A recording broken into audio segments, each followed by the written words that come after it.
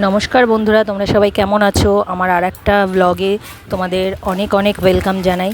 তো দেখো, আজকে একটু বৃষ্টির ওয়েদার, তো ভেবেছি খিচুড়ি বানাবো। তো চাল আর ডালটা ভালো করে ধুয়ে নিয়েছি। ধুয়ে এবার আমি চাল আর ডালটা একসঙ্গে মিশিয়ে নিলাম। এখানে গোবিন্দভোগ চাল আর মুগ ডাল নিয়েছি আমি। আজকে যেহেতু আমাদের নিরামিষ সংক্রান্তি, আজকে বাংলা মাসের শেষ দিন, আমরা নিরামিষ খাই। তো দেখো, চাল ডাল মিশিয়ে নিয়েছি, তার মধ্যে আমি দিয়ে দিলাম সর্ষের তেল। আর এবার একে একে আমি সব মশলা দিয়ে মেখে, আমার এভাবে করতে না সুবিধা হয়, দিয়ে দিলাম নুন পরিমাণ মতো। আর এভাবে করলে না বেশ ঝটপট হয়েও যায়, আমার বেশ সুবিধাও হয়। মানে অল্প হলে এরমভাবে করি, আর বেশি হলে তখন আবার অন্য পদ্ধতিতে করি। তো এবার আমি একে একে সমস্ত মশলাগুলো দিয়ে দেবো। তো দেখতে থাকো আমি কিভাবে সব মশলাগুলো দিয়ে এটাকে মেখে নিয়ে একেবারে বসিয়ে দিই। তো আমি দিয়ে দিলাম হলুদ পরিমাণ মতো, তারপরে দিয়ে দেবো হলুদ দিয়ে দিয়েছি, তারপরে দিয়ে দিলাম লঙ্কার গুঁড়ো। ঝালটা যে যেমন খাবে সে তার টেস্ট মতো দেবে। তারপরে দিয়ে দিলাম জিরের গুঁড়ো, তারপরে দেবো ধনের গুঁড়ো। একে একে সব মশলাগুলো দিয়ে দিচ্ছি। তারপরে একটু চিনি দেবো, অল্প করে। চিনিটা আমি আবার পরে দেবো, কারণ খিচুড়ি একটু মিষ্টি মিষ্টিই ভালো লাগে। একটু টমেটোর সস আর একটু চিনি দেবো, যেহেতু আজকে আমার টমেটোটা শেষ হয়ে গেছে, টমেটোটা ছিল না, তাই জন্য টমেটো সস দিয়ে দেবো। আমার যখন বাড়িতে টমেটো না থাকে, তো আমি টমেটো সস দিয়ে কাজটা চালিয়ে দিই। হয়তো টমেটোর মতো অতটা সুন্দর ফ্লেভার আসে না, তবে কিছু তার তো হয়।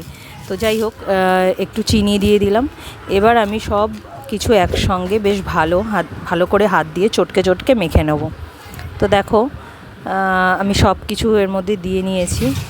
দিয়ে এবার হাতটা ধুয়ে ভালো করে আর কয়েকটা কাঁচা লঙ্কা চিড়ে দিয়ে দেবো। আমি কাঁচা লঙ্কা কাটার জন্য কাঁচি ব্যবহার করি, অনেক সবজিও কেটে ফেলি কাঁচি দিয়ে, বটি খুব কমই ইউজ করি।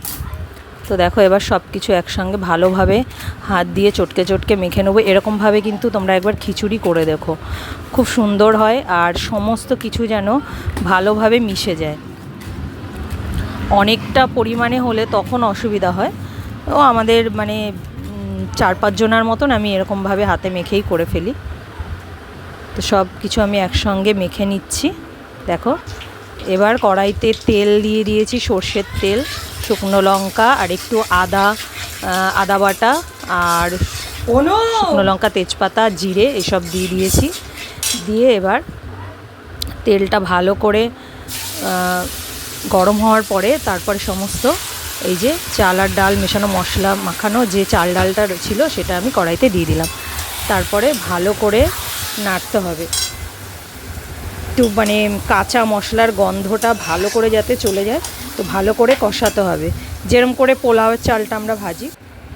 তো দেখো, আমার মশলা পুরো শুকিয়ে এসেছে, আর তেল থেকে বেশ চালটা ছেড়ে ছেড়ে এসেছে।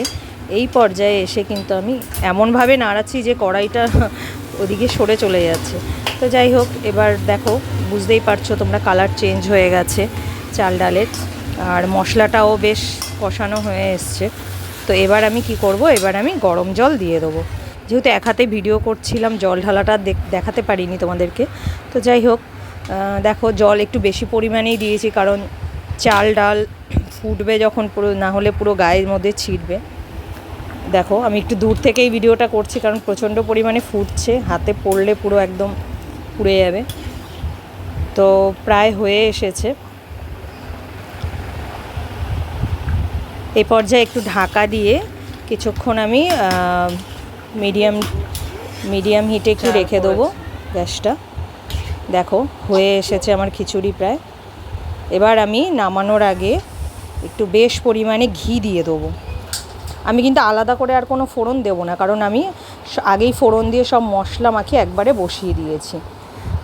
এবার আমি ঘি দিয়ে দেবো। ঘিটা ঝাঁকিয়ে পড়ছে না, যেহেতু গলেনি, তো চামচি দিয়ে আমাকে দিতে হবে। যাই হোক, তো খিচুড়িটা দেখেছো, তেলটা আমার একটু বেশি হয়ে গেছে।